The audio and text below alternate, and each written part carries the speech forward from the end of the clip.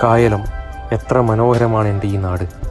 ഒരാൾക്കൊരു ദുരന്തം ഉണ്ടായിക്കഴിഞ്ഞാൽ അയാളെ അല്ലെങ്കിൽ അവരെ എങ്ങനെ ചേർത്ത് പിടിക്കണമെന്ന് എനിക്ക് കാണിച്ചു തന്ന എൻ്റെ നാട്.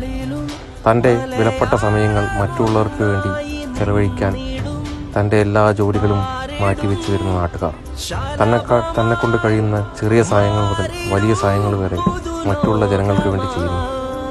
ഇവിടെ ജാതിയില്ല, മതമില്ല. പണ്ട് APJ അബ്ദുൽ കലാമിനോട് ഒരു കുട്ടി ചോദിച്ചു, നമ്മുടെ നാടിൻ്റെ സ്വത്ത് എന്താണെന്ന്.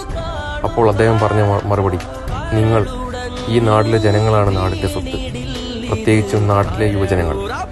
നിങ്ങളാണ് ഇന്ത്യയുടെ സ്വത്ത് എന്ന് അദ്ദേഹം പറഞ്ഞതിനെ തീർത്തും അർത്ഥവത്താക്കുന്ന പ്രവർത്തനങ്ങളാണ് നമ്മുടെ നാട്ടിൽ നടക്കുന്നത്.